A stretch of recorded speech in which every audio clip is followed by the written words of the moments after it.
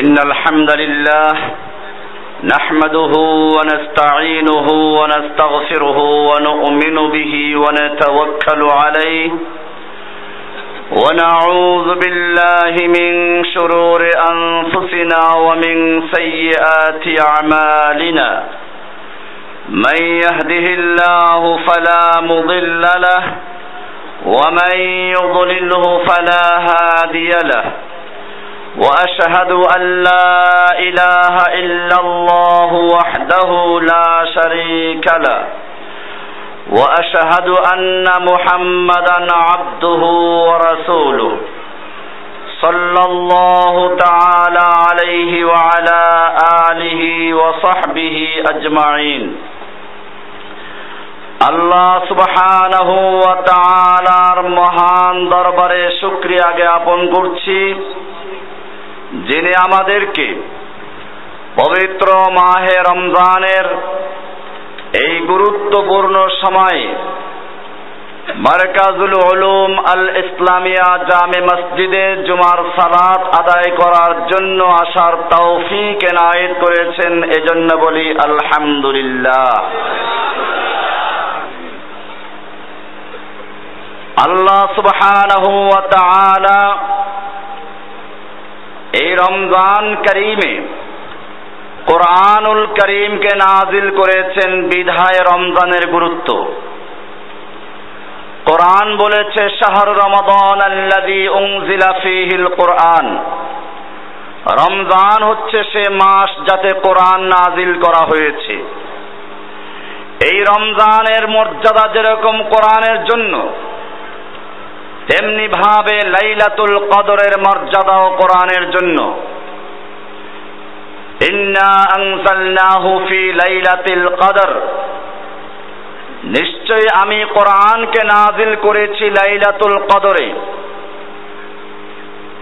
এরপরে আল্লাহ সুবহানাহু ওয়া তাআলা এই রাতের গুরুত্ব বোঝানোর জন্য প্রশ্ন করেছেন, ওয়ামা আদরাকা মা লাইলাতুল কদর, আপনি কি জানেন লাইলাতুল কদর কি জিনিস?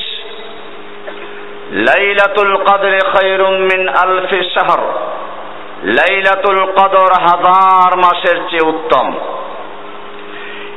এই কোরআনের জন্যই আল্লাহর নবী মুহাম্মদ সাল্লাল্লাহু আলাইহি ওয়াসাল্লামের মর্যাদা পবিত্র কোরআনে ইরশাদ হয়েছে, ওয়াল্লাযী বা'আসা ফিল উম্মিয়্যিনা রাসূলাম মিনহুম ইয়াতলু আলাইহিম আয়াতিহি ওয়া ইউযাক্কিহিম ওয়া ইউআল্লিমুহুমুল কিতাবা ওয়াল হিকমা।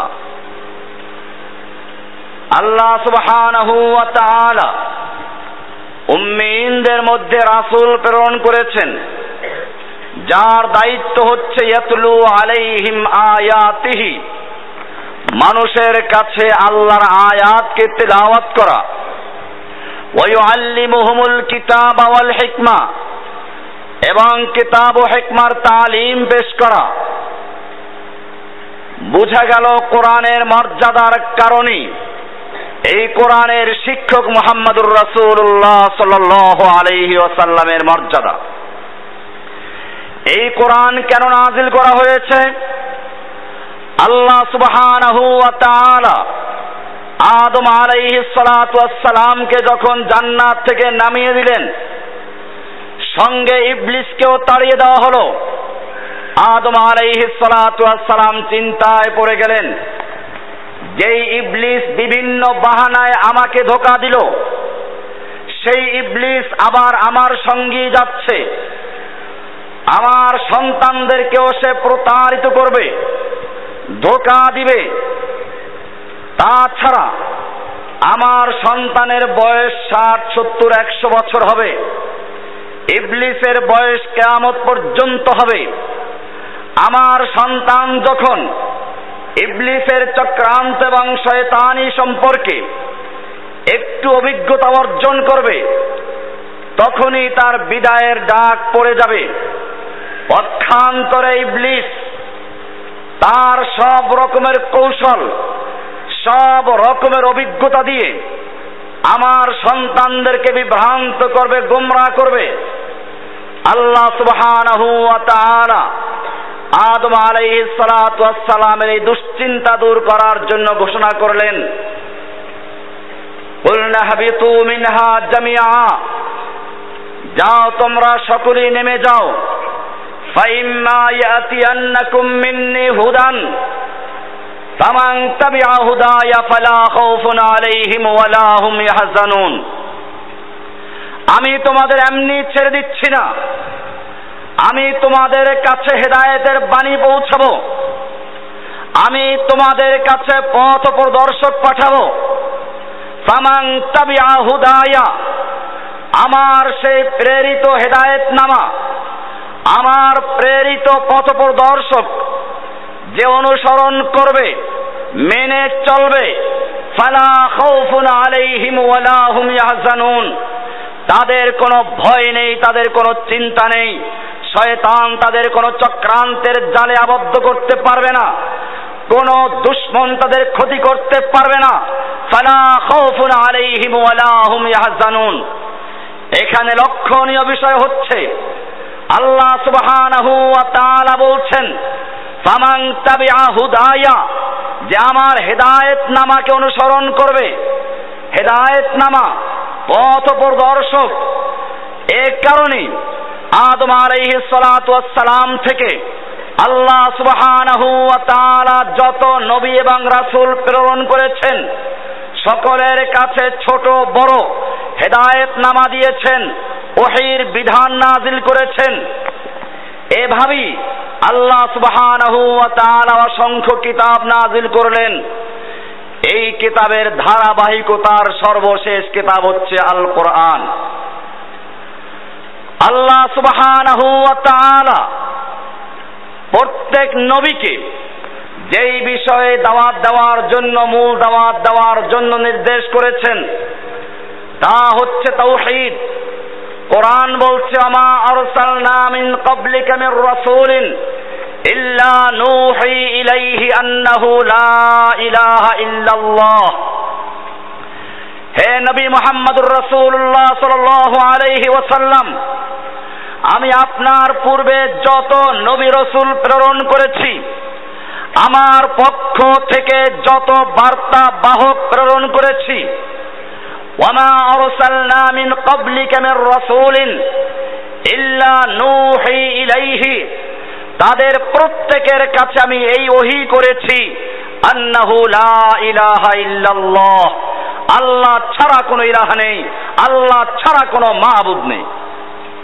এ কারণেই আদম আলাইহিস সালামের কালেমা লা ইলাহা ইল্লাল্লাহ, ইব্রাহিমের কালেমা ছিল লা ইলাহা ইল্লাল্লাহ, মূসার কালেমা ছিল লা ইলাহা ইল্লাল্লাহ, ঈসার কালেমা লা ইলাহা ইল্লাল্লাহ, ইব্রাহিমের কালেমা লা ইলাহা ইল্লাল্লাহ, ইসমাঈলের কালেমা লা ইলাহা ইল্লাল্লাহ, ইসহাকের কালেমা লা ইলাহা ইল্লাল্লাহ, নূহের কালেমা লা ইলাহা ইল্লাল্লাহ, হুদের কালেমা লা ইলাহা ইল্লাল্লাহ, শুআয়বের কালেমা লা ইলাহা ইল্লাল্লাহ, নবী মুহাম্মদুর রাসূলুল্লাহ সাল্লাল্লাহু আলাইহি ওয়াসাল্লামের কালেমা লা ইলাহা ইল্লাল্লাহ। সমস্ত উম্মতের কালেমা লা ইলাহা ইল্লাল্লাহ। কিয়ামত পর্যন্ত যত মানুষ ঈমানদার দাবি করবে তাদের কালেমা লা ইলাহা ইল্লাল্লাহ। আল্লাহ ছাড়া কারো আনুগত্য চলবে না। লা ইলাহা, কোনো ইলাহা নেই। প্রথমে বর্জন, সব মাবুদদেরকে বর্জন করা হয়েছে। মাবুদ কাকে বলে? যার নির্দেশ পালন করা হয় তাকে মাবুদ বলা হয়, যার হুকুম মেনে চলা হয় তাকে মাবুদ বলা হয়। যারা আল্লাহর আইনের পরিবর্তে কোন সরকারের বিধান মানে তাদের মাবুদ ফেরাউনের মতো সরকার হয়ে যায়। ফেরাউন আসমানের আল্লাহ দাবি করে নাই, ফেরাউন গোটা জমিনের আল্লাহ দাবি করে নাই। ফেরাউন দাবি করেছিল এই মিশর ভূখণ্ডে আমার সার্বভৌমত্ব চলবে, আমার কমান্ড চলবে। এই অর্থে ফেরাউন আল্লাহ দাবি করেছিল, নতুবা আসমানের আল্লাহ ফেরাউন নিজেও স্বীকার করত। কোরআন পরিষ্কার বলছে, ওয়াকালাল মালাউ মিন কওমি ফিরআউনা আতাদারু মূসা ওয়া কওমাহু লিইফসিদু ফিল আরদি ওয়া ইয়াযরাকা ওয়া আলিহাতাকা। তুমি কি মূসাকে, ফেরাউনের মন্ত্রীবর্গ ফেরাউনকে বলল, তুমি কি মূসাকে এবং তার জাতিকে এই সুযোগ দিবে যে তারা জমিনে ফিতনা ফাসাদ করবে আর তোমাকে এবং তোমার আল্লাহদেরকে বর্জন করবে? লক্ষণীয় বিষয়, তোমাকে এবং তোমার আল্লাহদেরকে বর্জন করবে। তাহলে বুঝা গেল ফেরাউনও আল্লাহ বিশ্বাস করত। তাহলে সে নিজে কি অর্থে আল্লাহ দাবি করেছিল? তার মানে হচ্ছে মিশর ভূখণ্ডে কেবলমাত্র আমার ইলাহ, আমার প্রভুত্ব চলবে, আমার সার্বভৌমত্ব চলবে এবং মিশর ভূখণ্ডে আমার কমান্ড চলবে, এই অর্থে সে আল্লাহ এবং রব দাবি করেছে। কোরআন বলছে ফেরাউন ঘোষণা করলো মা আলিমতু মিন ইলাহিন গায়রি, এই আমি ছাড়া আর কোন আল্লাহ আছে বলে আমি জানি না। আর এক আয়াতে বলা হয়েছে ফেরাউন লোকদেরকে বলে দিল লাইন ইত্তাখাযতা ইলাহান গায়রি, আমি ছাড়া অন্য কাউকে যদি আল্লাহ হিসেবে মানো লা আজআলান্নাকা মিনাল মাসজুনিন, আমি তোমাদেরকে জেলে ঢুকিয়ে দেব। এখানে রব দাবি করে আল্লাহ দাবি করেছে, কোরআনের সূরা নাজিয়াতের মধ্যে আবার রব দাবি করেছে। কোরআন বলছে ফিরআউন ফাহাশারা ফানাদা, সে তার দেশের সমস্ত জনগণকে ঐক্যবদ্ধ করলো, এক মাঠে জড়ো করলো, হাসর করলো, জড়ো করলো। ফানাদা, অতঃপর সে বলিষ্ঠ কণ্ঠে ঘোষণা করলো আনা রব্বুকুমুল আলা, আমি তোমাদের প্রধান রব। কি অর্থে রবের? রব মানে হচ্ছে আইন বিধানদাতা, মানে হচ্ছে ফেরাউন জাতিকে জানিয়ে দিল এই মিশর ভূখণ্ডে আমি কেবলমাত্র তোমাদের রব, আমি ছাড়া এখানে আর কোনো আইন বিধান চলবে না। পরিষ্কার ভাবে বোঝা যাচ্ছে যারা বর্তমান বিশ্বের মুসলিম দেশগুলোর শাসক হয়ে নিজেরা দাবি করে জনগণ সার্বভৌম ক্ষমতার মালিক, তারা নিজেদেরকে আল্লাহ বানিয়েছে। এরপরে যখন বলে আইন বিধান রচনা করার ক্ষমতা তাদেরই হাতে আছে, তখন তারা নিজেদেরকে রব বানিয়েছে। বিশ্বাস না করলে এই মুসলিম দেশ নামধারী অমুসলিম দেশের শাসকদের সংবিধানগুলো দেখুন। বাংলাদেশ তার ব্যতিক্রম নয়। বাংলাদেশের সংবিধানের সাথে লেখা রয়েছে প্রজাতন্ত্রের সকল ক্ষমতার মালিক জনগণ। আর কোরআনের সূরা আলে ইমরানের 26 নম্বর আয়াতে বলা হয়েছে কুলিল্লাহুম্মা মালিকাল মুলক, বলো সমস্ত ক্ষমতার মালিক আল্লাহ। সুতরাং যারা আল্লাহর ক্ষমতার পরিবর্তে জনগণের ক্ষমতায় বিশ্বাসী, তারা যত লা ইলাহা ইল্লাল্লাহ পড়ুক না কেন, তারা ফেরাউনের মতো মুশরিক এবং শিরকে লিপ্ত রয়েছে। এমনি ভাবে 7-এর 2 ধারায় বলা হয়েছে এই সংবিধান দেশের সর্বোচ্চ আইন, অন্য আইনের যতখানি এর সাথে অসামঞ্জস্যশীল, ওই আইনের ততখানি বাতিল হবে। এটাকে বিশ্বাস করে যারা কোরআনের আয়াতগুলোকে, সাংঘর্ষিক আয়াতগুলোকে বাতিল করে নিজেরা মন গড়া আইন তৈরি করেছে, চোরের হাত কাটার বিধান বাতিল করে শাস্তির বিধান দিয়েছে, জিনা ব্যভিচারের আইন বাতিল করে অন্য শাস্তি নির্ধারণ করেছে, সম্পত্তির আইন বাতিল করে অন্য আইন রচনা করেছে, পর্দার আইন বাতিল করে ভিন্ন আইন চালু করতে যাচ্ছে। তারা আর যাই হোক না কেন মুসলিম হতে পারে না। ভাইয়েরা আমার, লা ইলাহা ইল্লাল্লাহর মানে বুঝতে হবে। সব নবীদের দাওয়াত ছিল লা ইলাহা ইল্লাল্লাহ। এই পৃথিবী একটা মাহফিলের মতো, বক্তার পরিবর্তন হয়েছে, বিষয়বস্তুর পরিবর্তন হয় নাই। বক্তা লা ইলাহা ইল্লাল্লাহু মুসা কালিমুল্লাহ, লা ইলাহা ইল্লাল্লাহু ঈসা রূহুল্লাহ, লা ইলাহা ইল্লাল্লাহু ইসমাঈল নবিয়ুল্লাহ, লা ইলাহা ইল্লাল্লাহু ইসহাক নবিয়ুল্লাহ, লা ইলাহা ইল্লাল্লাহু হুদ নবিয়ুল্লাহ, লা ইলাহা ইল্লাল্লাহু শুআইব নবিয়ুল্লাহ। এরকম ভাবে নবী রাসূলদের নাম পরিবর্তন হয়েছে, বক্তার নাম পরিবর্তন হয়েছে, বক্তব্যের আলোচ্য বিষয় কোনো পরিবর্তন হয়নি। ভাইয়েরা আমার, আমাদের মনে রাখতে হবে এই কোরআনের মূল দাওয়াত যেমন তাওহীদ, এই দাওয়াত থেকে সরিয়ে গেছে 2 প্রকারের লোকেরা।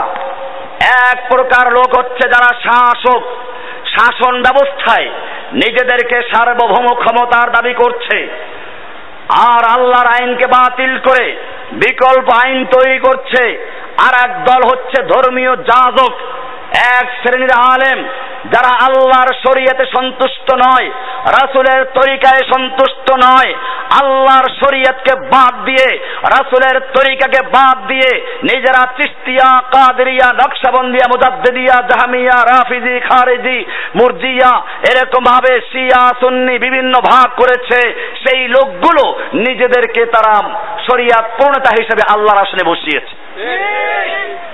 ভাইয়েরা আমার, এ কারণেই একজন আরবি কবি বলেছেন, ওয়াহাল আফসাদাদ দীনা ইল্লাল মুলুকু ওয়া আহবারু সুইন ওয়া রুহবানুহা। যুগে যুগে আল্লাহর দ্বীনকে ধ্বংস করেছে দুই শ্রেণীর লোকেরা। এক শ্রেণীর লোক হচ্ছে শাসক গোষ্ঠী, যারা আল্লাহর আইন নিজেদের মন মতো পরিবর্তন করে, নিজেদের মতের সঙ্গে যেগুলো মিলে সেগুলো বহাল রাখে, আর যেগুলো মিলে না সেগুলোকে পরিবর্তন করে। আর দ্বিতীয় হচ্ছে এক প্রকারের ধর্মীয় যাজক আলেম, ওই শাসক শ্রেণীর 5টা গোলাম, যারা সরকারকে খুশি করার জন্য, ফেরাউন, নমরুদ, আবু জাহেলদের খুশি করার জন্য কোরআনের ওই সমস্ত আয়াতকে এড়িয়ে যায় অথবা ব্যাখ্যা করে ঘুরিয়ে দেয়, যারা যুগে যুগে শাসকদের খুশি করার জন্য হয়তো আসমানের উপরের কথা বলে, নইলে জমিনের নিচের কথা বলে। কোরআন সংবিধান, কোরআনে সমাজ ব্যবস্থা আছে, রাষ্ট্রনীতি আছে, অর্থনীতি আছে, সমরনীতি আছে, সেইগুলোকে এড়িয়ে যারা শুধুমাত্র শাসকরা যাতে খুশি হয় এই অংশ বলে, বাকি অংশ এড়িয়ে যায়, ব্যাখ্যা করে, তারাও দ্বিতীয় প্রকারের তাগুত। ঈমানের জন্য তাগুত বর্জন করা শর্ত। আল্লাহ সুবহানাহু ওয়া তাআলা এই কারণে সব নবীদেরকে শুধু লা ইলাহা ইল্লাল্লাহর দাওয়াত দেওয়ার মধ্যে ক্ষান্ত করেন নাই, ব্যাখ্যাও দিয়েছেন। সূরা নাহল এর 36 নম্বর আয়াত আল্লাহ তাআলা ব্যাখ্যামূলক বলেছেন, ওয়ালাকাদ বাআসনা ফি কুল্লি উম্মাতির রাসূলান আন ইবুদুল্লাহ ওয়াজতানিবুত তাগুত। আমি প্রত্যেক জাতির কাছে রাসূল প্রেরণ করেছি এই মর্মে নির্দেশ দিয়ে, আন ইবুদুল্লাহ ওয়াজতানিবুত তাগুত, তোমরা এক আল্লাহর ইবাদত করো আর তাগুতকে বর্জন করো। ইবাদত করলো, তাগুতকে বর্জন করলো না, তার ঈমান পূর্ণ হয় নাই।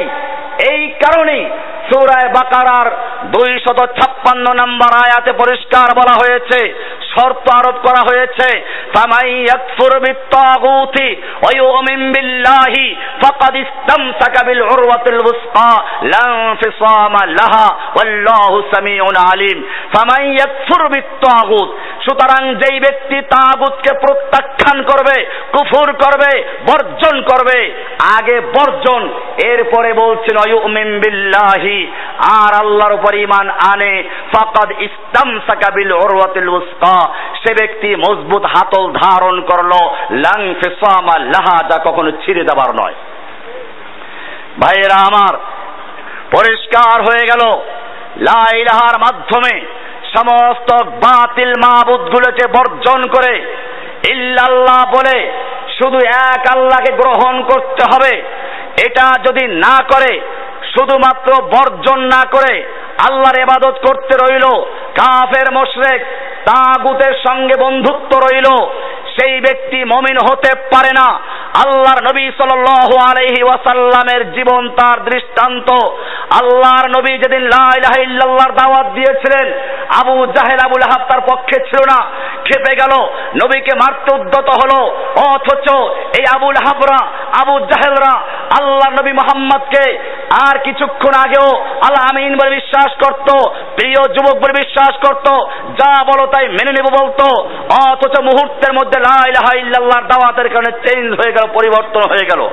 সুতরাং বুঝা গেল, যাদের লা ইলাহা ইল্লাল্লাহর দাওয়াতের মাধ্যমে কাফের আর মুশরিক বিভক্ত হয়ে না যায়, মুসলিম আর গায়রে মুসলিম বিভক্ত হয়ে না যায়, মুমিন আর তাগুত বিভক্ত হয়ে না যায়, বরং সকলে তাদেরকে বাহবা দেয়, বিশা দেয়, তাদের জন্য সবাই হাদিয়া তহবা পাঠায়, খাবার পাঠায়, মেহমানদারি করে, তারা আর যাই করুক না কেন, নবী মুহাম্মদুর রাসূলুল্লাহ সাল্লাল্লাহু আলাইহি ওয়াসাল্লাম যে লা ইলাহার দাওয়াত দিয়েছেন সেই লা ইলাহার দাওয়াত দিচ্ছে না।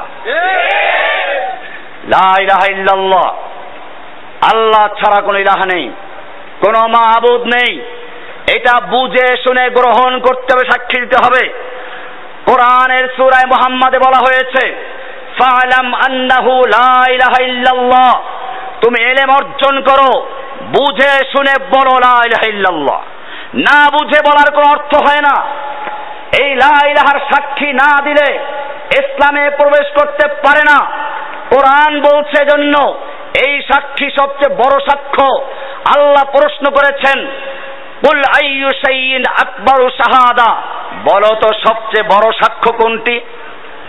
আজকে যদি এই দেশের মুসলিমদের জিজ্ঞেস করা হয় বলো তো বড় সাক্ষ্য কোনটি, কয়জন মুসলিম বলতে পারবে? অথচ আল্লাহ নিজে প্রশ্ন করে উত্তর দিয়েছেন।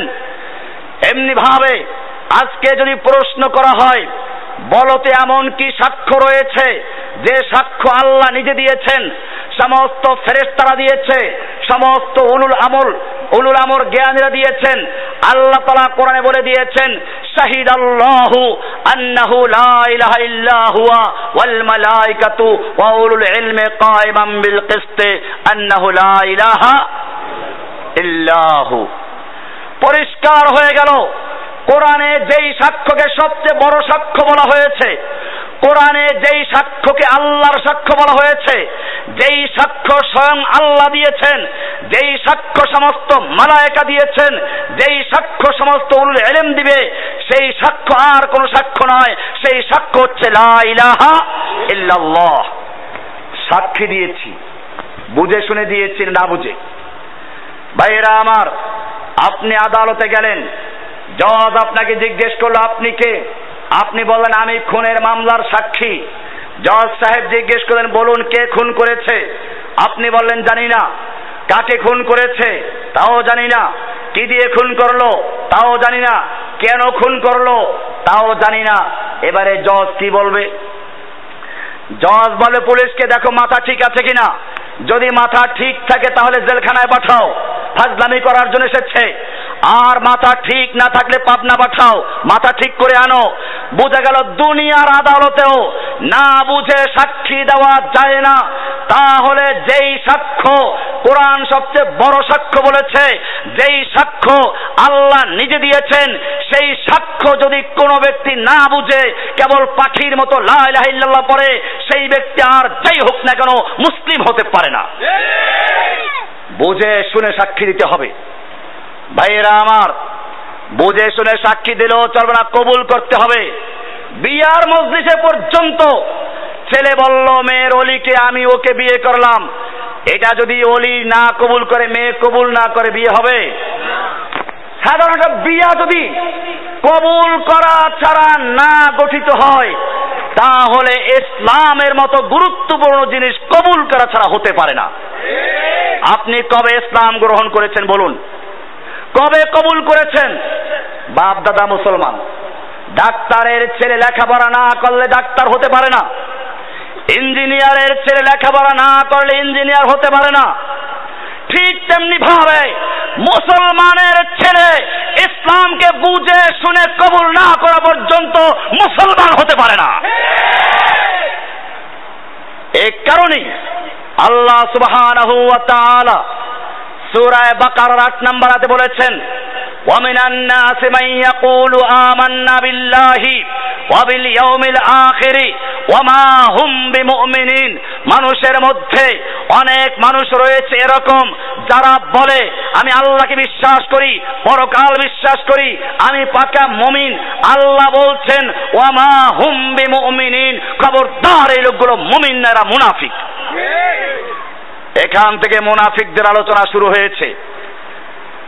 কোরআনের সূরা বাকারার শুরুতে মানুষকে ভাগ করা হয়েছে 3টা ভাগে। এক প্রকার মুত্তাকিন, হুদাল্লিল মুত্তাকিন, এদের পরিচয় দেওয়া হয়েছে 5টা আয়াতে। এরপরে মুমিনদের বিপরীত কাফের, তাদের জন্য 7 এবং 8 নম্বর আয়াত, 6 এবং 7 নম্বর আয়াত, 2টো আয়াত নাযিল করেছেন। এরপরে আল্লাহ সুবহানাহু ওয়া তাআলা তৃতীয় আর এক প্রকার মানুষের কথা বলেছেন, যেই মানুষগুলো দেখলে মনে হবে না কাফের, তাদের টুপি আছে, দাড়ি আছে, হজ করতে যায়, মাঝে মধ্যে যাকাতের শাড়ি লুঙ্গি বিতরণ করে যাকাতকে অপমান করে, এরকম ভাবে মাঝে মধ্যে মাথায় পট্টি বাঁধে, আবার সময় সুযোগ মতো আল্লাহর প্রতি আস্থা পর্যন্ত বিলুপ্ত করে দেয়। আল্লাহ সুবহানাহু ওয়া তাআলা এই তৃতীয় শ্রেণীর লোকদের সম্পর্কে বলেছেন ওয়ামিনান নাসি মান ইয়াকুলু আমান্না বিল্লাহি ওয়া বিল ইয়াউমিল আখিরি ওয়া মা হুম বিমুমিনিন। মানুষের মধ্যে আরেক দল মানুষ রয়েছে, তৃতীয় প্রকার মানুষ রয়েছে যারা বলে আমরা আল্লাহ বিশ্বাস করি, পরকাল বিশ্বাস করি, আমরা পাকা মুমিন, আল্লাহ তাআলা বলছেন আমা হুম বিমুমিনিন, খবরদার এই লোকগুলো মুমিন নয়। তাহলে এরা কারা? এরা বাহ্যিক মুমিন, ভিতরে কাফের। বাহ্যিক মুমিন, ভিতরে কাফের। এদের জন্য 13টা আয়াত নাজিল করেছেন। কতটা আয়াত? কাফেরের জন্য কয়টা? আর মুনাফিকের জন্য কয়টা?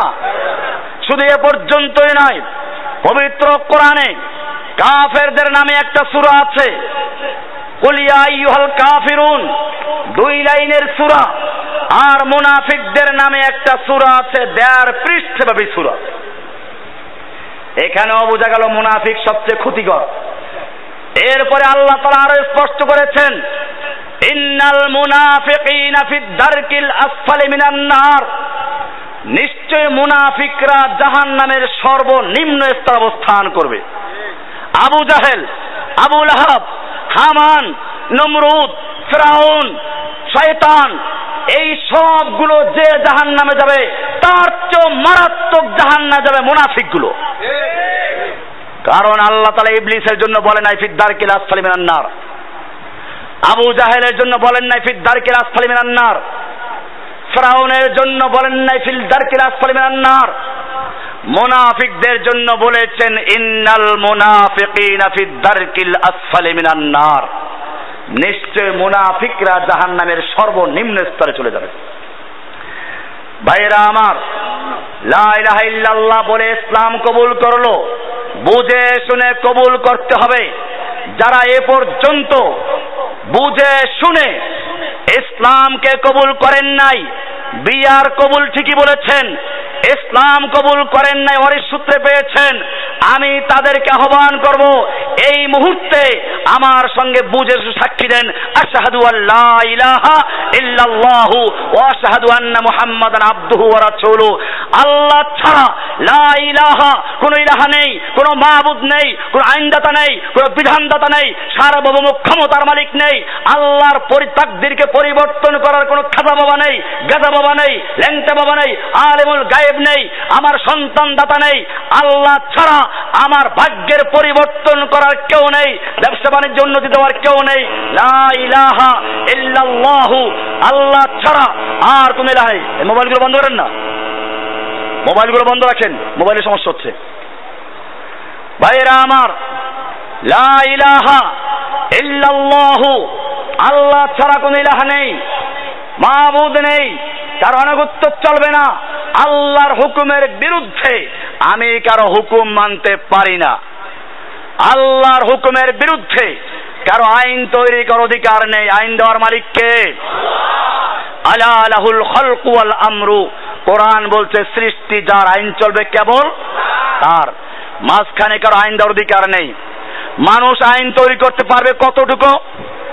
কারেন্টের বিল কি হবে ইউনিট প্রতি, এরকম ভাবে পৌরসভার বিল কি হবে, এগুলো তৈরি করতে পারবে।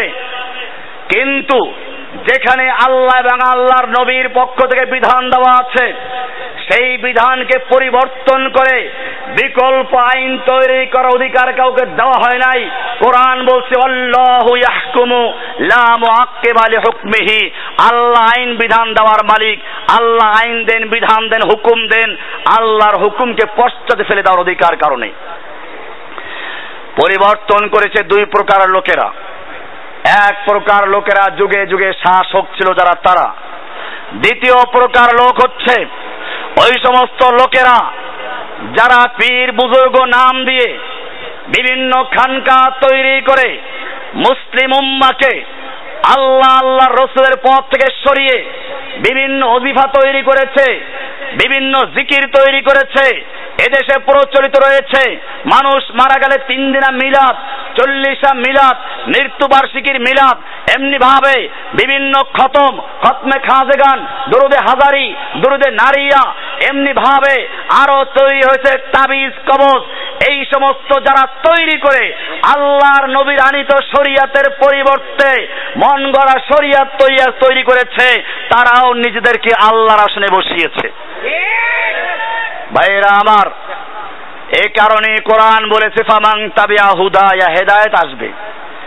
আমার ভাইয়েরা, সূরা ফাতিহার মাধ্যমে তাই হেদায়েতের আবেদন করা হয়। আমি এটা পরিষ্কার বলি, আজকে যদি এখানে কোনো মন্ত্রী আসতো, হয়তো লোকেরা তাকে একটা মানপত্র দিত। মানপত্রে 3টা অংশ থাকে। একটা অংশ হচ্ছে তার প্রশংসা, দ্বিতীয় অংশ হচ্ছে যাকে মানপত্র দেওয়া হচ্ছে এবং যারা দিচ্ছে তাদের সঙ্গে সম্পর্ক, তৃতীয় অংশ হচ্ছে দাবি দেওয়া।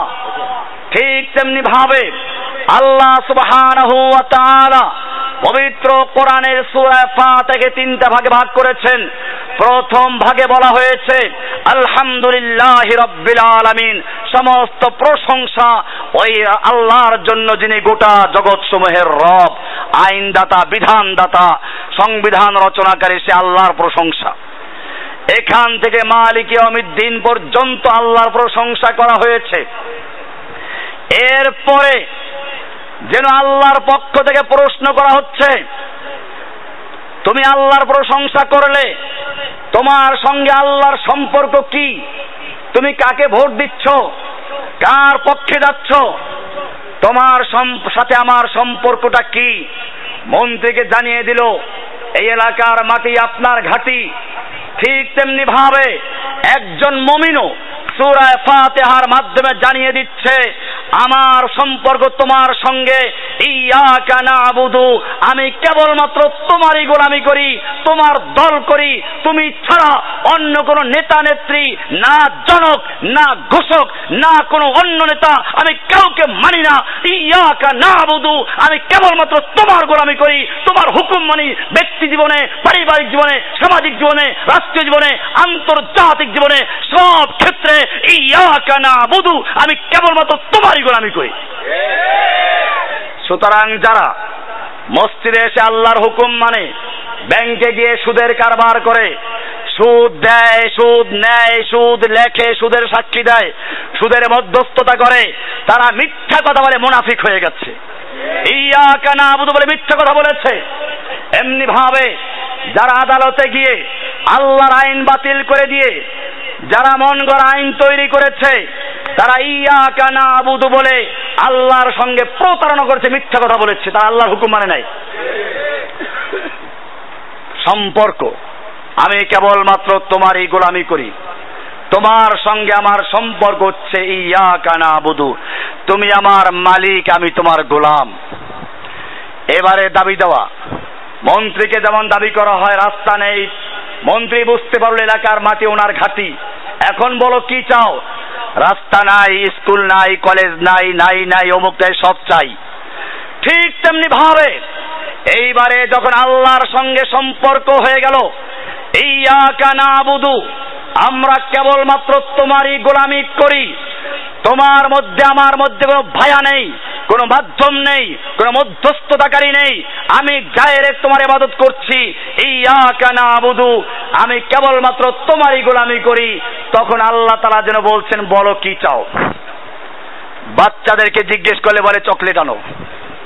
তুমি এবার চকলেট চাও না কলা চাও? আল্লাহ তাআলা শিখিয়ে দিচ্ছেন না, এই সব জিনিস আমাকে আবেদন করো না, আমার কাছে আবেদন করো সবচেয়ে বড় জিনিস, ইহদিনাস সিরাতাল মুস্তাকিম ওয়া ইয়াকা নাস্তাইন, তোমার কাছেই সাহায্য চাই, তোমার দল করি, তোমার ইবাদত করি। ইয়াকা না'বুদু, আমি কোন খাজা বাবার গোলাম না, গাজা বাবার গোলাম না, ল্যাংটা বাবার গোলাম না, গাউসুল আজমের গোলাম না, পীর বাবার গোলাম না, নেতা নেত্রীর গোলাম না। ইয়াকা না'বুদু, আমি কোন জনকের গোলাম না, আমি কোন ঘোষকের গোলাম না, আমি একমাত্র আসমান জমিনের মালিক আল্লাহ সুবহানাহু ওয়া তাআলার গোলাম। ইয়াকা না'বুদু। তাহলে এবারে বলো কি চাও? ওয়া ইয়াকা নাস্তাইন, তোমার কাছে সাহায্য চাই। কি সাহায্য করব বলো? ইহদিনাস সিরাতাল মুস্তাকিম, আমরা তোমার কাছে সিরাতে মুস্তাকিমের পথ চাই। তোমাকে পাওয়ার জন্য সরল এবং সোজা রাস্তা যেটি, ওটি আমরা তোমার কাছে আবেদন করছি।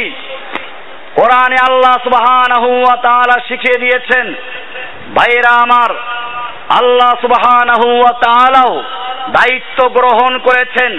সূরা নাহলের 9 নম্বর আয়াত, 16 নম্বর সূরার 9 নম্বর আয়াত আল্লাহ তাআলা বলছেন ওয়া আলাল্লাহি কাসদুস সাবিল ওয়া মিনহা জায়ের। আল্লাহর দায়িত্ব হচ্ছে সোজা রাস্তা বাতলে দেওয়া, সোজা রাস্তা দেখিয়ে দেওয়া। ওয়া মিনহা জায়ের, আর অনেক রাস্তা আছে বক্র। এরপরে আল্লাহ তাআলা বলছেন ওয়ালাউ শাআ লাহাদাকুম আজমাইন, আল্লাহ তাআলা যদি ইচ্ছে করতেন তাহলে সমস্ত মানুষকে হেদায়েত দিতেন, কিন্তু আল্লাহ তাআলার নিয়ম হচ্ছে যারা আল্লাহর কাছে হেদায়েত চায় না আল্লাহ তাআলা তাকে হেদায়েত দেন না। বাচ্চাকে দূরে দাঁড় করিয়ে, ছোট বাচ্চা হাঁটতে পারে না, দূরে দাঁড় করিয়ে দিয়ে বাবা হাত দিয়ে ডাকে আসো, আব্বুর কোলে আসো। ছেলে ওখান থেকে একবার দাঁড়ায় আবার পড়ে যায়, আসতে পারে না, বাবা দৌড় দিয়ে গিয়ে তাকে কোলে জড়ায়, চুমো খায়। ঠিক তেমনি ভাবে যারা আল্লাহর পথে চলতে চায়, হেদায়েত চায়, আল্লাহ সুবহানাহু ওয়া তাআলা কেবলমাত্র তাদেরকে হেদায়েত দান করেন। আবু তালেব আল্লাহর নবীর আপন চাচা, আলী রাদিয়াল্লাহু তাআলা আনহুর বাবা। এই লোকটা সারা জীবন নবীর পক্ষে ছিল, নবীর খেদমত করেছে, বা নবীর দুশমনদের বিরুদ্ধে যুদ্ধ করেছে, নির্যাতন সহ্য করেছে। 3 বছর পর্যন্ত অবরুদ্ধ ছিল গোটা পরিবার সহ, কিন্তু লা ইলাহা ইল্লাল্লাহ কবুল করার মতো সুযোগ হয়নি। নাম ছিল আবু তালেব, তালেবের বাপ, কিন্তু ভিতরে তলব ছিল না, হেদায়েত গ্রহণ করার চাহিদা ছিল না। আল্লাহ সুবহানাহু ওয়া তাআলা তাকে হেদায়েত দান করেন নাই, নতুবা আল্লাহর নবী চেষ্টা কম করেন নাই। মৃত্যুর সময়ও আল্লাহর নবী সাল্লাল্লাহু আলাইহি ওয়াসাল্লাম আবু তালেবের কাছে গিয়ে বলছেন, চাচা তুমি খালি বলো লা ইলাহা ইল্লাল্লাহ, এই সাক্ষী দিতে হবে, এটা কবুল করতে হবে, এই সাক্ষী দেওয়া ছাড়া আমি কোনো সুপারিশ করতে পারবো না। তুমি খালি এতটুকু বলো, দ্বিতীয় সাক্ষী না দিলে আমি সুপারিশ করতে পারবো। আবু তালেব কবুল করলেন না। আল্লাহর নবী আবু তালেবের মৃত্যুর পরেও দোয়া করতে লাগলেন। আবু তালেব মরে গেল, আল্লাহর নবী দোয়া করছেন, আল্লাহ তাআলা সঙ্গে সঙ্গে আয়াত নাযিল করে দিচ্ছেন, ইন্নাকা লা তাহদি মান আহবাবতা, হে নবী আপনি যাকে ইচ্ছে করবেন, আপনি যাকে পছন্দ করবেন, আপনি যাকে ভালোবাসবেন তাকে হেদায়েত দিবেন, এই ক্ষমতা দেওয়া হয় নাই। ওয়ালাকিন্নাল্লাহা ইয়াহদি মান ইয়াশাউ, বরং আল্লাহ যাকে ইচ্ছে করেন তাকে হেদায়েত দান করেন, আল্লাহ ছাড়া আপনারও ক্ষমতা নেই হেদায়েত দেওয়ার। পরিষ্কার হয়ে গেল, আল্লাহর নবী যখন হেদায়েত দিতে পারলেন না তাওয়াজ্জু দিয়ে অথবা ফয়েজ দিয়ে, এখন বর্তমানে অনেক পীর বক্তব্য দেয়, নিজেদেরকে কচ্ছপ বানায়, লজ্জাও লাগে না। আল্লাহ বানিয়েছেন মানুষ, কচ্ছপ নাকি দূরের থেকে ডিমে তাও দেয়। তো বলে কচ্ছপ যদি দূরের থেকে ডিমে তাও দিতে পারে, আমরা কি কচ্ছপের চেয়ে খারাপ নাকি? আমরাও তাও দিয়ে হেদায়েত দিয়ে দিই। তোমরা কচ্ছপ হতে পারো, কুমির হতে পারো, অথবা রাজহাঁসের মতো হাসতে পারো, ভাসতে পারো, পাখির মতো উঠতে পারতে পারো, ঠিক আছে, শয়তান তোমাদের উড়াতে পারে, কিন্তু জেনে রাখো আল্লাহর নবী মুহাম্মদুর রাসূলুল্লাহ সাল্লাল্লাহু আলাইহি ওয়াসাল্লাম তার চাচা আবু তালেবকে হেদায়েত দিতে পারেন নাই, শত চেষ্টা করেও ফয়েজ দিয়ে হেদায়েত দিতে পারেন নাই। এরপরে যারা ফয়েজ দিয়ে, তাওয়াজ্জু দিয়ে, বিভিন্ন রকমের গুমরাহি তাওয়াজ্জু দিয়ে হেদায়েত দেওয়ার দাবি করে, তারা ইবলিস হতে পারে, শয়তান হতে পারে, মুশরিক হতে পারে, ভণ্ড হতে পারে, প্রতারক হতে পারে, গোমরা হতে পারে, তারা কোনোদিনও আল্লাহর ওলি হতে পারে না। মানুষকে বুঝতে হবে কেন আমাদেরকে এই পীরগুলো গোমরা বলছে, কেন আমাদেরকে পীরগুলো বিরুদ্ধে চলে যাচ্ছে। আমরা জানি আজকে যারা আপনারা বিভিন্ন প্রান্ত থেকে এসেছেন, শত জুলুম নির্যাতনের শিকার হচ্ছেন, সামাজিক ভাবে আপনাদের অপমান করা হয়, মসজিদ থেকে বের করে দেওয়া হয়, কিন্তু জেনে রাখুন এটাই লা ইলাহা ইল্লাল্লাহর দাওয়াতের প্রতিক্রিয়া। আল্লাহর নবী সাল্লাল্লাহু আলাইহি ওয়াসাল্লাম যখন লা ইলাহা ইল্লাল্লাহর দাওয়াত দিয়েছেন, মক্কার আবু জাহলরা খেপে গেছে, বিলালকে নির্যাতন করা হয়েছে, সুমাইয়াকে লজ্জাস্থানে বর্ষা আঘাত করে হত্যা করা হয়েছে, আম্মার বিন ইয়াসিরকে নির্যাতন করা হয়েছে।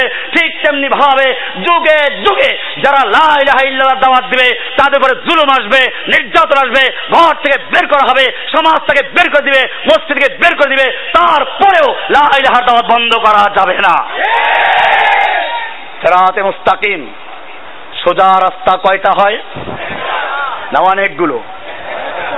আল্লাহ তাআলা বলে দিয়েছেন কোরআনের সূরা আনআম 153 নম্বর আয়াত, আল্লাহ তাআলা বলছেন ওয়া আন্না হাযা সিরাতি মুস্তাকিমান ফাত্তাবিউহু, এটাই হচ্ছে আমার রাস্তা যা সোজা সরল, মুস্তাকিমান একেবারে সোজা, ফাত্তাবিউহু অতএব তোমরা একই রাস্তা অনুসরণ করো, ওয়ালা তাত্তাবিউস সুবুলা খবরদার তোমরা অনেক রাস্তা অনুসরণ করো না, বহু রাস্তা অনুসরণ করো না, ফাতাফাররাকা বিকুম আন সাবিলিহ তাহলে তোমাদেরকে ওরা আল্লাহর রাস্তা থেকে গোমরাহ করে ফেলবে, বিচ্ছিন্ন করে ফেলবে, তাফাররুক করে ফেলবে।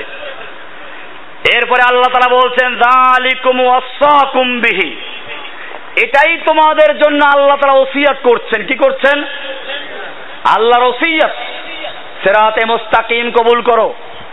আল্লাহর ওসিয়ত বাদ দিয়ে যারা চিশতি, কাদেরি, নকশবন্দি 126 তরিকার 350 তরিকা মানে, ও আমার জাতি জেনে রাখো তারা জিকির করতে পারে, টুপি থাকতে পারে, দাড়ি থাকতে পারে, হজ করতে পারে, খানকা তৈরি করতে পারে, তাহাজ্জুদ পড়তে পারে, চারটা বিয়ে করতে পারে, গাড়ি বাড়ির মালিক হতে পারে, মার্কেটের মালিক হতে পারে, তারা কখনোই মুমিন হতে পারে না। তারা আল্লাহর ওসিয়ত মানে নাই।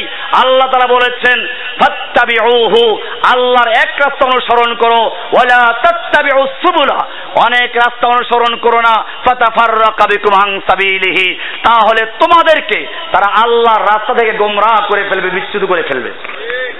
সূরা আনআম 153 নম্বর আয়াত। এই আয়াতের ব্যাখ্যা করেছেন আল্লাহর নবী নিজে। কোন পীরের জন্য ছাড়েন নাই, মুফতি মুহাদ্দিসের জন্য রাখেন নাই।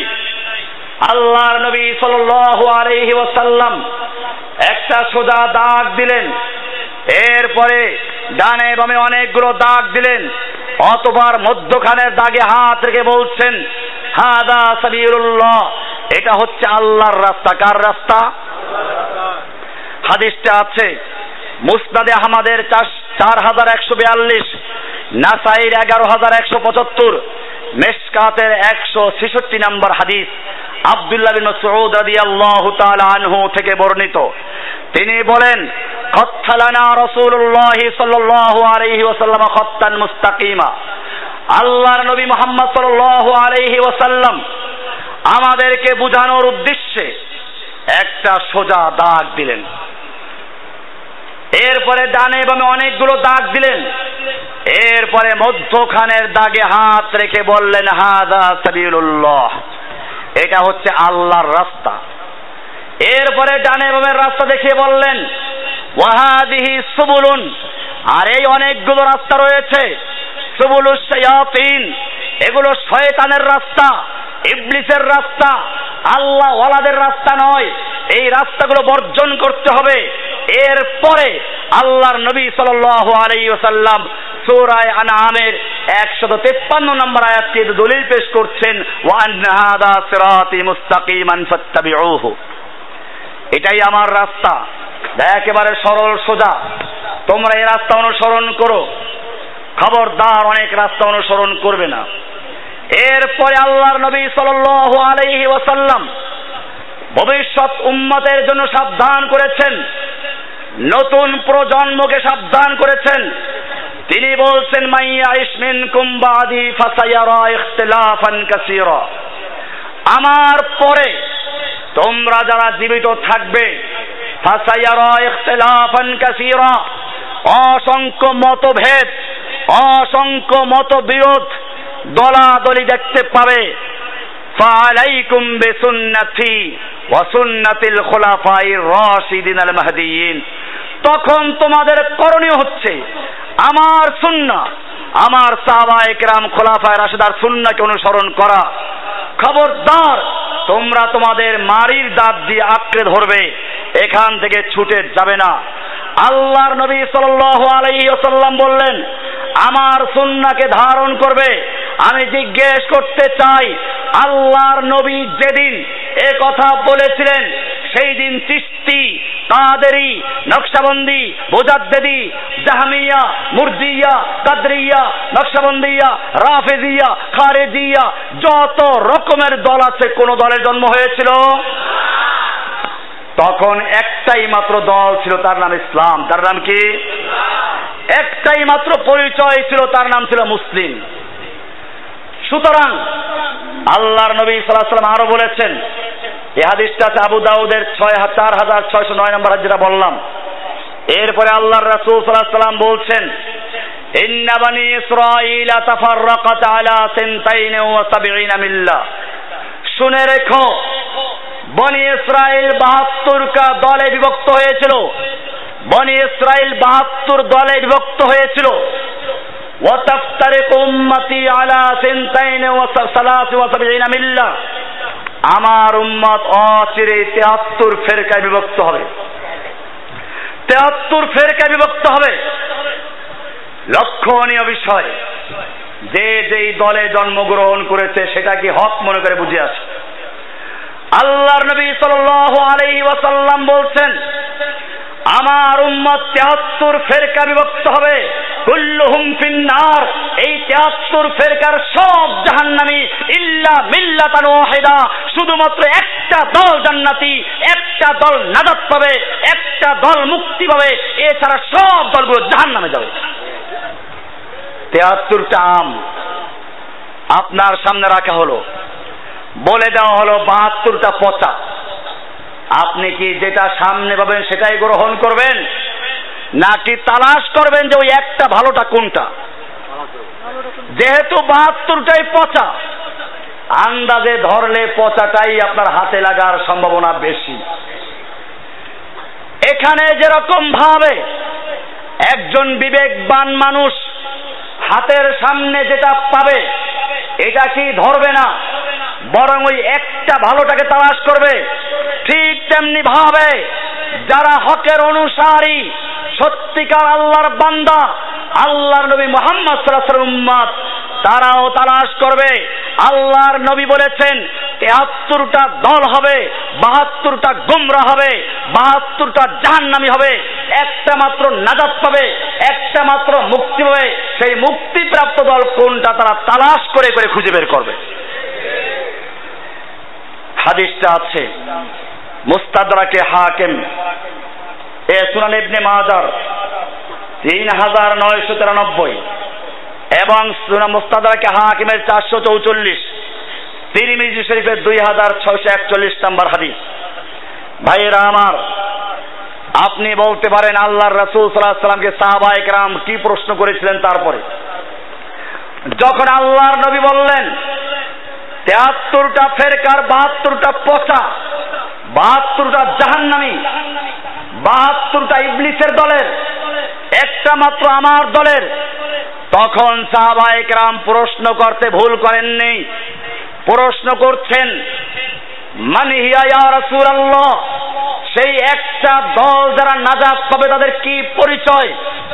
তারা কি চিশতি, কাদেরি, নকশবন্দি, মুজাদ্দিদি, অমুক তমুক কোন দল? আল্লাহর নবীর সাহাবীরা প্রশ্ন করছেন, মান হিয়া ইয়া রাসূলুল্লাহ, কোন দলটি? সাহাবায়ে কেরামদের প্রশ্ন গুরুত্বপূর্ণ। আল্লাহর নবী সাল্লাল্লাহু আলাইহি ওয়াসাল্লাম উত্তর দিচ্ছেন, তেলা মা ক্বালা মা আনা আলাইহি ওয়া আসহাবি, আমি এবং আমার সাহাবীরা আজকের এই দিনে যেই পথের উপরে, যেই মতের উপরে, যেই দলের উপরে প্রতিষ্ঠিত, মা আনা আলাইহি ওয়া আসহাবি, আমি এবং আমার সাহাবীরা যেই মতবাদে বিশ্বাসী, যেই তরিকায় বিশ্বাসী, যেই মাযহাবে বিশ্বাসী, যেই তন্ত্রে মন্ত্রে বিশ্বাসী, এইটার উপরে যারা থাকবে কেবলমাত্র তারাই নাজাত পাবে। এর বাইরে পরবর্তীতে আবিষ্কৃত, নব উদ্ভাবিত, নতুন নতুন তৈরিকৃত দলে যারা ঢুকবে তারা সব জাহান্নামী। ভাইয়েরা আমার, আমি জিজ্ঞেস করতে চাই, আল্লাহর নবী সাল্লাল্লাহু আলাইহি ওয়াসাল্লাম যেদিন এই কথা বলেছিলেন তখন কি এই চিশতি কাদেরী ছিল? এদের জন্ম হয়েছিল? সুতরাং যারা নাজাতের জন্য এই সমস্ত দল তৈরি করে অনুসরণ করছে তারা কোথায় যাবে? হাদিস থেকে পরিষ্কার হয়ে গেছে। আপনি বলবেন আল্লাহ নবী সাল্লাল্লাহু আলাইহি ওয়াসাল্লাম বলেছেন আমি এবং আমার সাহাবীরা যেই পথের উপর আছি এইটায় যারা থাকবে তারা জান্নাতি। আমরা তো নবীকে দেখতে পাচ্ছি না, নবীর সাহাবীদেরকেও দেখতে পাচ্ছি না, তাহলে কি করে বুঝবো আল্লাহর নবী কোন পথে ছিলেন? কারণ প্রত্যেকটা দল দাবি করে আমরাই হকের উপর আছি, আমরাই সেই দল যারা নবীর তরিকার উপর আছে। একদিকে তারা দাবি করছে চিশতি তরিকার, কাদেরিয়া তরিকার, নকশবন্দিয়া তরিকার, আবার তারা দাবি করে আমার আল্লাহর নবী মুহাম্মদের তরিকার। তাহলে তো নবীর তরিকার নাম যেটা ছিল সেইটাই থাকতো, চিশতি হলো কোত্থেকে? নবীর তরিকার নাম ছিল কি? ইসলাম। এখন আবার অনেকে চিশতিয়া কাদেরিয়ার সাথে পাল্লা দিয়ে আল্লাহর নবীর নামে আরেকটা তৈরি করেছে মুহাম্মাদিয়া তরিকা। এটাও ভুল, কারণ আল্লাহর নবী মুহাম্মাদিয়া তরিকা তৈরি করেন নাই, আল্লাহর নবীর সাহাবীরা মুহাম্মাদিয়া তরিকা তৈরি করেন নাই। ঢাকার একজন পীর নিজের নাম দিল মুহাম্মাদি ইসলামের পুনর্জীবনদাতা। মুহাম্মাদি ইসলাম, ইসলাম মুহাম্মাদি নয়, ইসলাম আল্লাহ প্রদত্ত। আল্লাহ কোরআনে পরিষ্কার বলেছেন ইন্নাদ-দীনা ইনদাল্লাহিল ইসলাম, নিশ্চয় আল্লাহর কাছে মনোনীত একমাত্র দিন হচ্ছে ইসলাম। এটা কার মনোনীত? না মুহাম্মদ সাল্লাল্লাহু আলাইহি ওয়াসাল্লামের। মুহাম্মদ সাল্লাল্লাহু আলাইহি ওয়াসাল্লাম জন্মের আগেও যত নবী ছিল তাদের ধর্ম ছিল কি? কোরআনে পরিষ্কার বলা হয়েছে ওয়াসা বিহা ইব্রাহিম বানিহি ওয়া ইয়াকুব ইন্নাল্লাহ আস্তাফা লাকুমুদ-দীন ফালা তামুতুন্না ইল্লা ওয়া আনতুম মুসলিমুন। ইব্রাহিম আলাইহিস সালাম ছিলেন মুসলিম, ইসমাঈল ছিলেন মুসলিম, ইসহাক ছিলেন মুসলিম, ঈসা আলাইহিস সালাম ছিলেন মুসলিম। সব নবীদের ধর্মের নাম ছিল কি? সব নবীদের দলের নাম ছিল কি? এছাড়া আর কোন দল ছিল? দল মানুষ তৈরি করেছে। যেমনি ভাবে ঈসা আলাইহিস সালামের পরে লোকেরা দল তৈরি করেছে নাসারা, মুসা নবীর পরে দল তৈরি করেছে ইহুদি। ইহুদ এক ব্যক্তির নাম, তার নামকে অনুসরণ করে মুসার নবীর তাওরাতকে বিকৃত করে যেভাবে একটা দল তৈরি করা হয়েছে তার নাম ইহুদি। এখন মুসা নবীর আসল দিন বিদায় হয়ে গেছে, ঠিক তেমনি ভাবে আল্লাহর নবী মুহাম্মদ সাল্লাল্লাহু আলাইহি ওয়াসাল্লাম আনিত ইসলামকে বিকৃত করে একদল মানুষ বিভিন্ন পীরের নামে তৈরি করেছে চিশতি, কাদেরী, নকশবন্দি, ইহুদি, মজুসি। ঠিক তেমনি ভাবে এই লোকগুলো আল্লাহর নবীর আনিত দিনকে পরিবর্তন করে ইহুদিদের মতো চিশতি আর কাদেরী ধর্ম চালু করেছে। ভাইয়েরা আমার, বলতে পারেন প্রত্যেকেই দাবি করে আমরা হকের উপরে, কিভাবে চিনব? আল্লাহর নবী সাল্লাল্লাহু আলাইহি ওয়াসাল্লাম সেজন্য হেদায়েত দিয়ে গেছেন। তিনি বলেছেন আমি থাকবো না, আমার কোনো সাহাবী থাকবে না ঠিকই, কিন্তু তোমাদেরকে চেনার জন্য পন্থা বলে দিচ্ছি। তারাকতু ফীকুম আমরাইন, এক হাদিসে বলা হয়েছে তারাকতু ফীকুম মা, আমি তোমাদের মাঝে এমন একটা জিনিস রেখে যাচ্ছি লান তাদিল্লু বাদাহু ইন তাসামতুম বিহি, ওই জিনিসটাকে শক্তভাবে ধারণ করলে তোমরা পথভ্রষ্ট হবে না, পদস্খলিত হবে না, পদচ্যুত হবে না। সেই জিনিসটার নাম কি? আল্লাহ নবী বলেছেন কিতাবুল্লাহ, তার নাম হচ্ছে কি? আল্লাহর কিতাব কোরআন। এই কারণে আল্লাহ তাআলা কোরআনে বলে দিয়েছেন ওয়াতাসিমু বিহাবলিল্লাহি জামিআন ওয়া লা তাফাররাকু, তোমরা আল্লাহর রজ্জুকে ঐক্যবদ্ধভাবে ধারণ করো, পরস্পর বিচ্ছিন্ন হইও না। চিশতি হইও না, কাদেরি একদল, নকশবন্দি একদল, মুজাদ্দিদি একদল, হানাফি একদল, শাফিঈ একদল, মাযহাবী একদল, লামাযহাবী একদল। ওয়ালা তাতাফাররাকু, পরস্পর বিচ্ছিন্ন হয়ে যায় না, আল্লাহর রশিকে ঐক্যবদ্ধভাবে ধারণ করো। সেই রশিটার নাম কি? সেই রশির নাম কি? আল কোরআন। এই রশি 8 রশি না, 9 রশি না, 7 রশি না, 350 রশি না, 126 তরিকার রশি না। সেই রশি হচ্ছে আল কোরআনের রশি। কার রশি?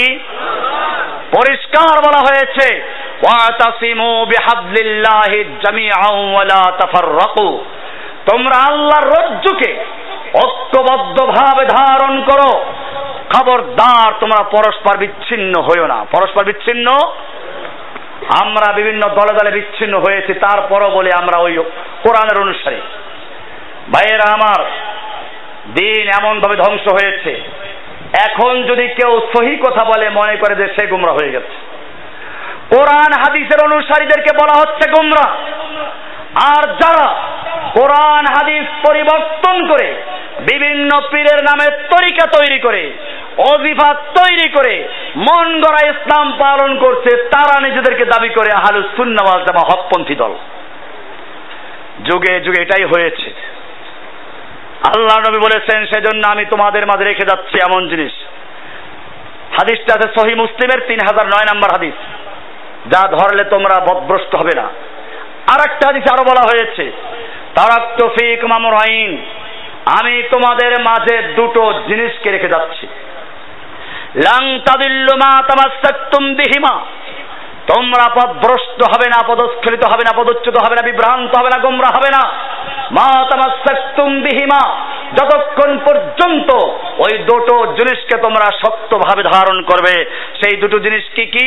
কিতাবাল্লাহি ওয়া সুন্নাত নবিয়্যিহি, একটা হচ্ছে আল্লাহর কিতাব কোরআন, আর একটা হচ্ছে আল্লাহর নবীর সহিহ হাদিস সুন্নাহ। হাদিসটা আছে মুওয়াত্তা মালিকের 2640, মুস্তাদরাকে হাকিমের 319 নম্বর হাদিস। শুধু এ পর্যন্তই না, এখন বলবেন যে অনেক মতবিরোধ দেখা যায়, আপনি বলছেন একরকম, ওনারা বলছেন আর এক রকম, তাহলে কি করবেন? দেখবেন যে কোন দলে লোক ভারী বেশি, কোন দলে বড় বুজুর্গ আছে, কোন দলে বড় মসজিদের ইমাম আছে, কোন দলে বড় পীর সাহেব আছে। আজকে বলা হচ্ছে বাপ দাদার যুগ থেকে করে আসলাম এটা, এখন বলে এর কোনো ভিত্তি নাই। এত বড় বড় হুজুররা কি কম বুঝে? এত বড় বড় আলেমরা কি বুঝে না? এই দেশের কোন আলেম বুঝলো না, কেবল মুফতি জসিমউদ্দিন রহমানী একাই বুঝলো।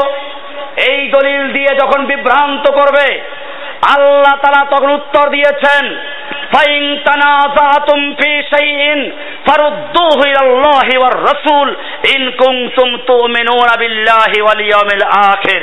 ফাইন তানাযাতুম ফি শাইইন, যদি তোমাদের মাঝে কোন বিষয়ে বিতর্ক দেখা দেয়, ইখতিলাফ দেখা দেয়, মতবিরোধ দেখা দেয়, পরস্পর দ্বিমত দেখা দেয়, ফাইন তানাযাতুম ফি শাইইন ফারুদ্দুহু ইলাল্লাহি ওয়ার রাসূল, তাহলে তোমরা ওটাকে বড় পীর সাহেবের কাছে ফিরিয়ে দিও না, বড় হুজুর কি বলে তা দেখো না, কোন দলে লোক ভারী তা দেখো না, বাপ দাদার যুগ থেকে কি করলাম তা দেখো না, কোন পক্ষে বড় বড় মুহাদ্দিস তা দেখো না। আল্লাহ তাআলা বলছেন, ফারুদ্দুহু ইলাল্লাহি ওয়ার রাসূল, তোমরা ওটাকে আল্লাহর কাছে এবং আল্লাহর রাসূলের কাছে ফিরিয়ে দাও। আল্লাহর কাছে ফেরত দেওয়ার মানে হচ্ছে কোরআনের সঙ্গে মিলাও, রাসূলের কাছে ফেরত দেওয়ার মানে হচ্ছে রাসূলের সহিহ হাদিসের সঙ্গে মিলাও। ইন কুনতুম তুমিনুনা বিল্লাহি ওয়াল ইয়াউমিল আখির, যদি সত্যিকার অর্থে আল্লাহর প্রতি ঈমান এনে থাকো, পরকালে ঈমান এনে থাকো, তাহলে এটা করো।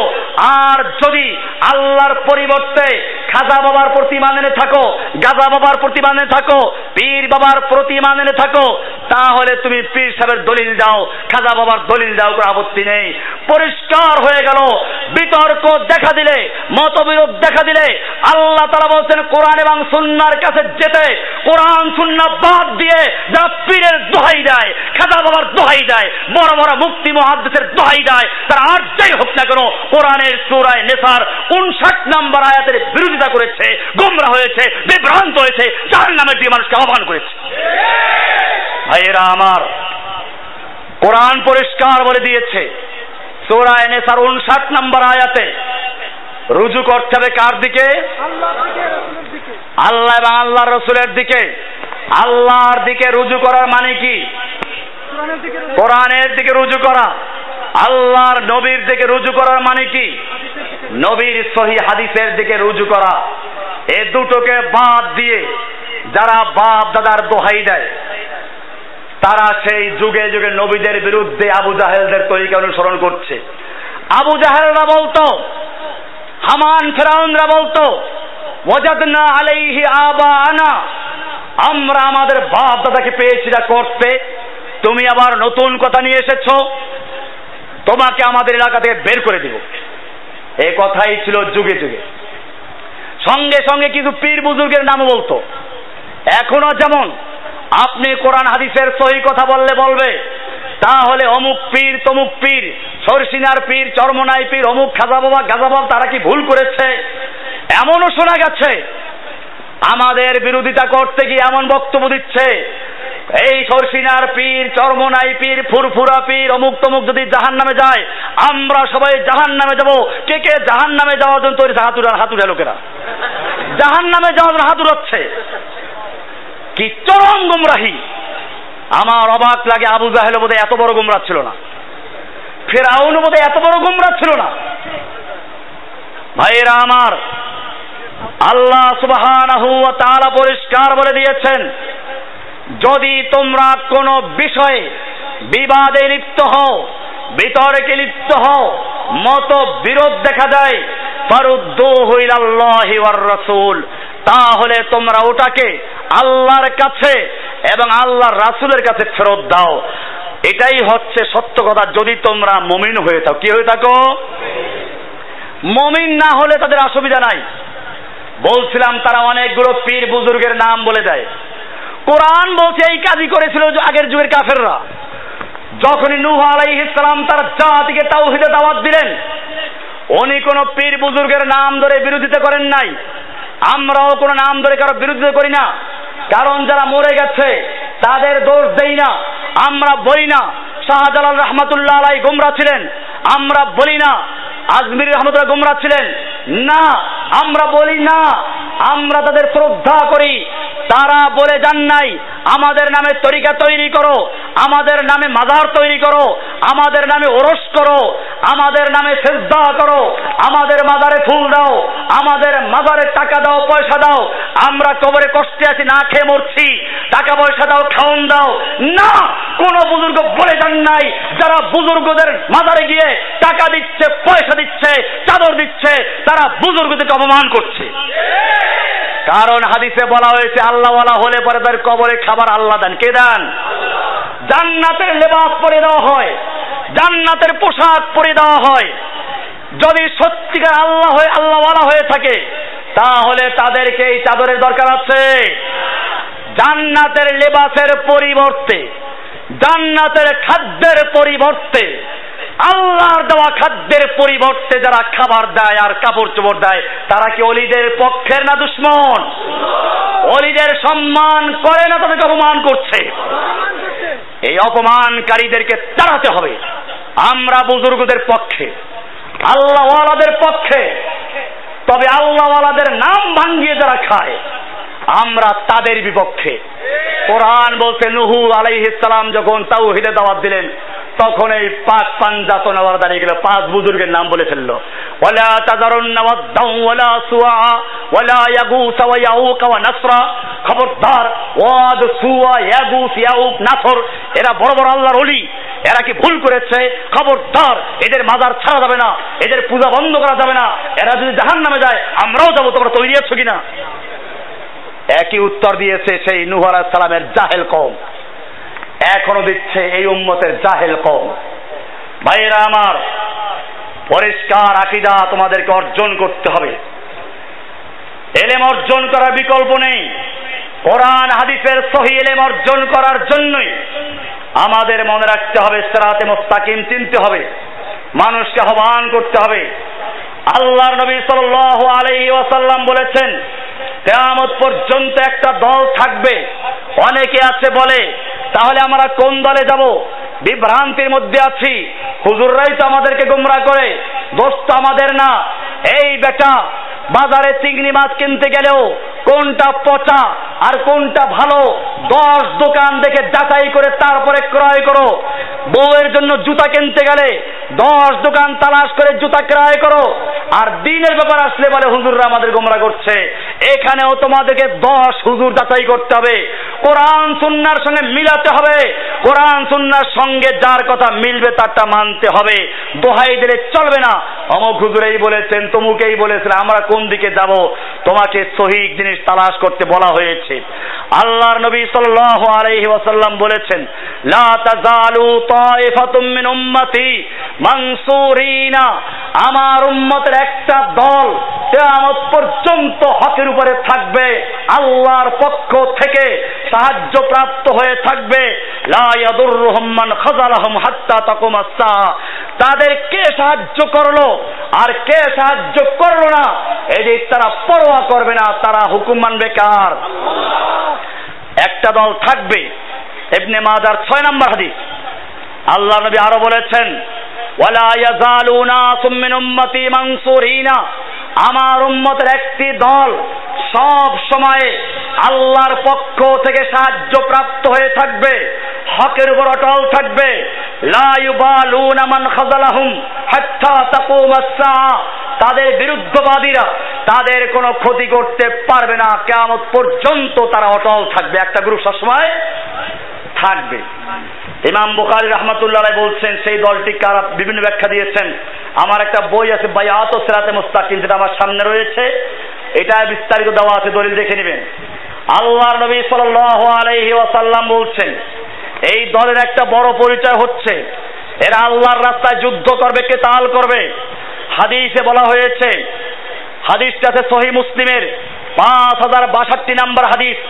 আল্লাহর নবী সাল্লাল্লাহু আলাইহি ওয়াসাল্লাম বলছেন, লা ইয়াবরাহা হাযা দ্বীনু কায়িমান ইউকাতিলু আলাইহি ইসাবাতুম মিনাল মুসলিমিন হাত্তা তাকুমাস সাআ, আমার এই দ্বীনের, লা ইয়াবরাহা হাযা দ্বীনু কায়িমান, এই দ্বীন প্রতিষ্ঠিত থাকবে, স্থায়ী থাকবে। ইউকাতিলু আলাইহি ইসাবাতুম মিনাল মুসলিমিন, মুসলিমদের একটা গ্রুপ, একটা দল এই দিনের উপর অটল থাকবে, তারা যুদ্ধ করবে হাত্তা তাকুমাস সাআ, কিয়ামত পর্যন্ত।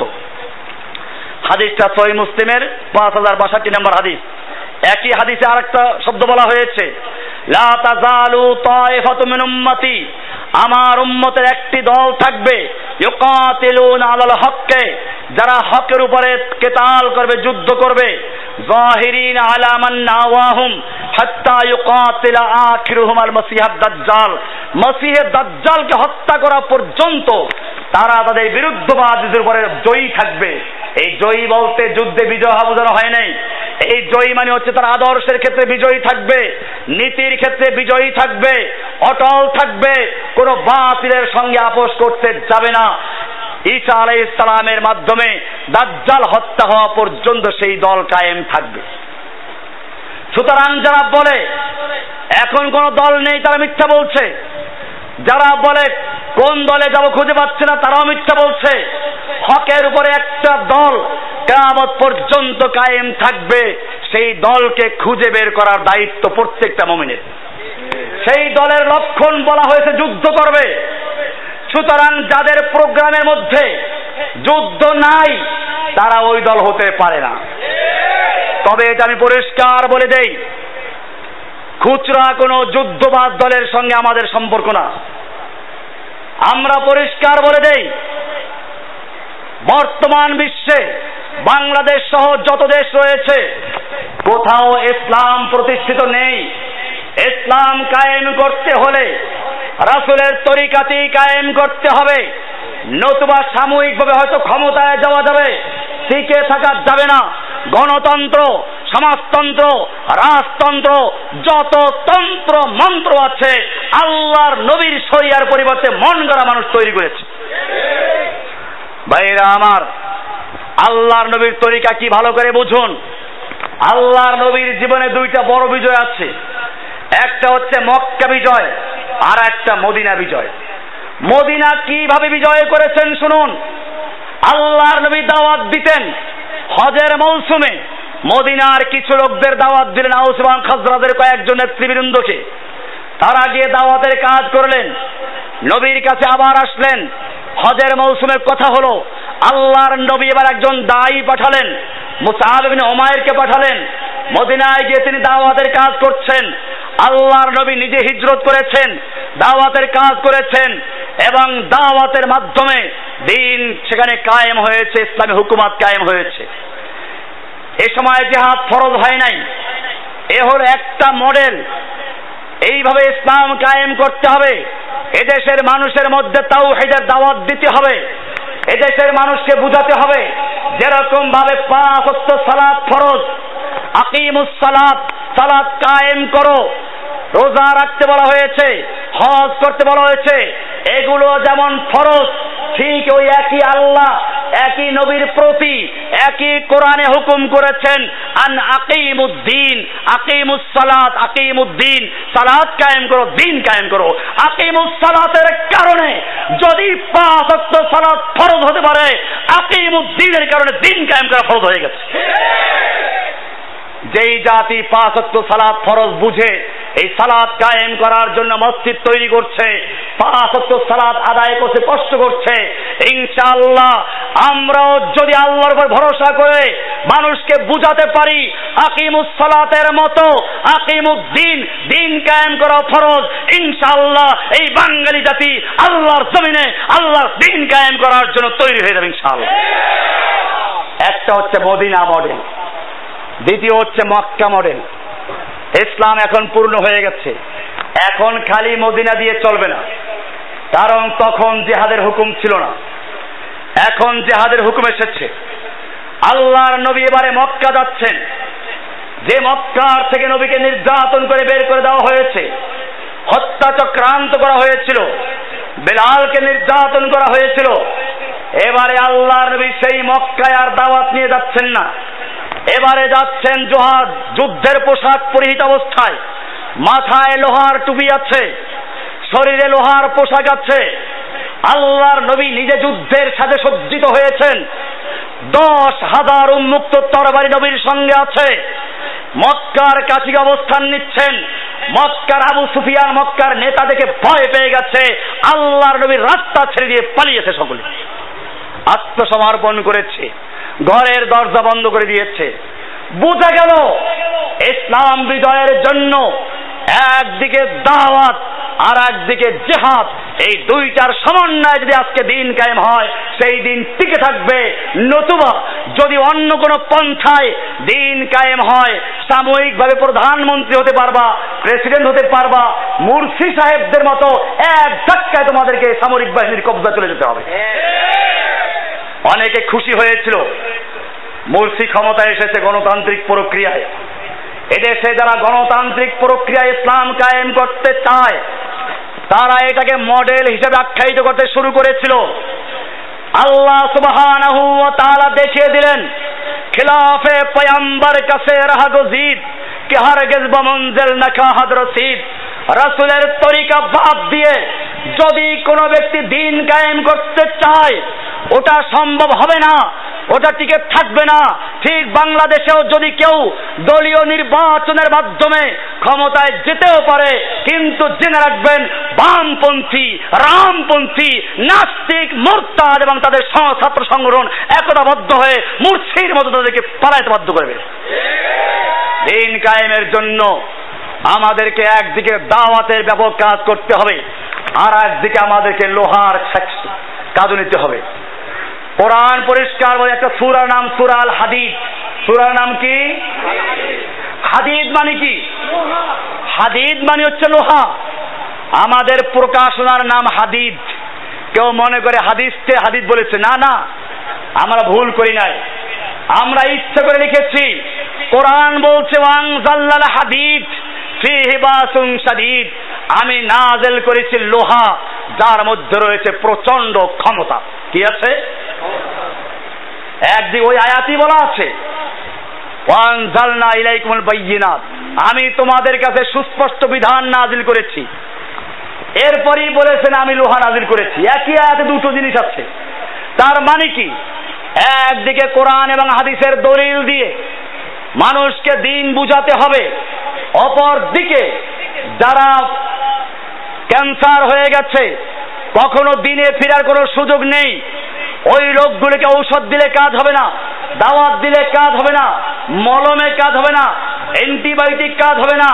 ডাক্তার পরীক্ষা নিরীক্ষা করে দেখলো অপারেশন করা ছাড়া উপায় নেই, বাড়ি যাও, গরু বিক্রি করে, জমি বিক্রি করে টাকা নিয়ে আসে, ডাক্তারকে টাকা দেয়, ডাক্তার টাকা পেয়ে রোগীটা অপারেশন রুমে নিয়ে যায়, এরপরে তার হাত কাটে, পা কাটে, গুরুত্বপূর্ণ অঙ্গ কেটে ফেলে দেয়। কখনো কোনো পাগলও বলে নাই কেন ডাক্তার এই অপারেশন রুমে বসে একটা লোকের অঙ্গহানি ঘটাচ্ছে, কেন লোকটাকে কেটে ছেড়ে ফেলছে। কারণ সকলেই জানে এই অংশটা কেটে না ফেললে এই লোকটার বাকি অংশ বাঁচানো যাবে না। ঠিক তেমনি ভাবে এই পৃথিবীতে কিছু ক্যান্সার তৈরি হয়, বুশ এবনে বুশ, বুশের বাচ্চা বুশ মার্কা, ওবামার মার্কা, ইসরায়েল ইহুদি মার্কা, যত ক্যান্সার আছে আপনি এদেরকে যত দাওয়াত দেন কোন দাওয়াতে কাজ হবে না।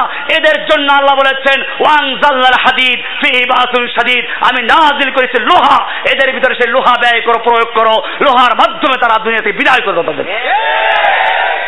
আজকে কুফার ইহুদি খ্রিস্টান শিখাচ্ছে মুসলিমদের, মুজাহিদিনদেরকে তারা বলা জঙ্গিবাদী। আপনারা জানেন এই বাংলাদেশের জন্য স্বাধীনতার যুদ্ধ করলো যারা, তাদেরকে বীর শ্রেষ্ঠ, বীর প্রতীক, বীর উত্তম উপাধি দেওয়া হলো। আর একইভাবে যারা যুগ যুগ ধরে নিজেদের মাতৃভূমি কাশ্মীরের জন্য যুদ্ধ করছে, যুগ যুগ ধরে যারা আফগানিস্তান থেকে আমেরিকার দখলদারদের তাড়াবার জন্য যুদ্ধ করছে, এদেশের একদল নাস্তিক, মোরতাদ, সাংবাদিক তাদেরকে লেখে জঙ্গিবাদী, তাদেরকে বলে সন্ত্রাসী। তোমার দেশের লোকেরা দেশের জন্য যুদ্ধ করলে যদি মুক্তিযুদ্ধ হয়, তাহলে কাশ্মীরে যারা যুদ্ধ করছে, আরাকানে যারা যুদ্ধ করছে, এমনি ভাবে আফগানিস্তানে যারা যুদ্ধ করছে, ফিলিস্তিনে যারা যুদ্ধ করছে নিজেদের ধর্ম রক্ষার জন্য, দিন রক্ষার জন্য, দেশ রক্ষার জন্য, তারাও দুনিয়ার শ্রেষ্ঠ বীর মুজাহিদ। ভাইয়েরা আমার, আমরা মনে করি আল্লাহর নবী সাল্লাল্লাহু আলাইহি ওয়াসাল্লাম বলেছেন কিয়ামত পর্যন্ত একটা দল থাকবে, সেই দল হচ্ছে ওই সমস্ত মুজাহিদিনরা যারা বর্তমানে আল্লাহর দ্বীনের জন্য রক্ত দিয়ে জিহাদ করছে। দুটোরই প্রয়োজন, এটাই রাসূলের তরিকা। মদিনার মডেল আর মক্কার মডেল দুটো সমন্বয় করে এখন দিন কায়েম হওয়া সম্ভব। এছাড়া গণতন্ত্র, সমাজতন্ত্র, রাজতন্ত্র, পীরতন্ত্র, কোন তন্ত্র মন্ত্র দিয়ে দিন কায়েম করা সম্ভব নয়। আল্লাহ তাআলা কোরআনে পরিষ্কার বলে দিয়েছেন, সূরা আনআম 6 নম্বর সূরার 116 নম্বরে আল্লাহ বলছেন ওয়াইন তুতি আকসারা মান ফিল আরদে ইউদিল্লুকা আন সাবিলিল্লাহ, হে নবী আপনি যদি পৃথিবীর সংখ্যাগরিষ্ঠ লোকদের মতের অনুসরণ করেন, সংখ্যাগরিষ্ঠ লোক যাকে ভোট দিল সে জিতে গেল, এরকম যদি সংখ্যাগরিষ্ঠ লোকের মতের অনুসরণ করেন, ভোটের অনুসরণ করেন, ইউদিল্লুকা আন সাবিলিল্লাহি, তারা আপনাকে আল্লাহর রাস্তা থেকে গোমরাহ করে ফেলবে, পথভ্রষ্ট করে ফেলবে।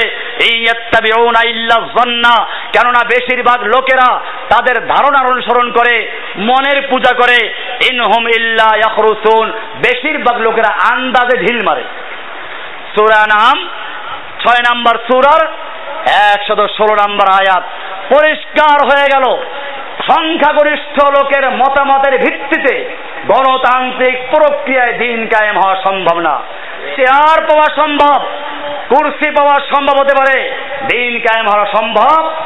দিন কায়েম করতে হলে নবীর তরিকাই করতে হবে।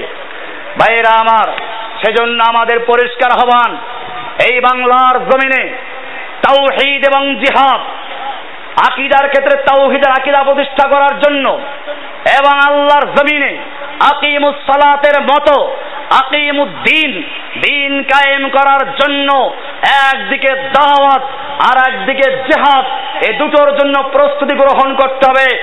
আপনারা জানেন এই সহি দিন শিক্ষা দেওয়ার জন্য, বেদাত মুক্ত করার জন্য এই মারকাজ প্রতিষ্ঠা করা হয়েছে।